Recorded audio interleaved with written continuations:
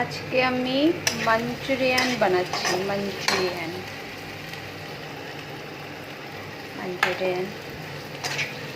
জানি না কীভাবে, মানে ফার্স্ট টাইম বানাচ্ছি, ভালো হবে কি হবে না, তবুও ভাবলাম আপনাদের সঙ্গে শেয়ার করা হোক।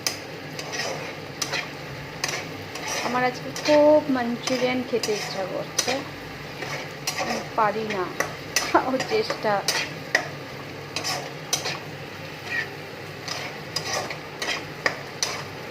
আপনারা সবাই কেমন আছেন?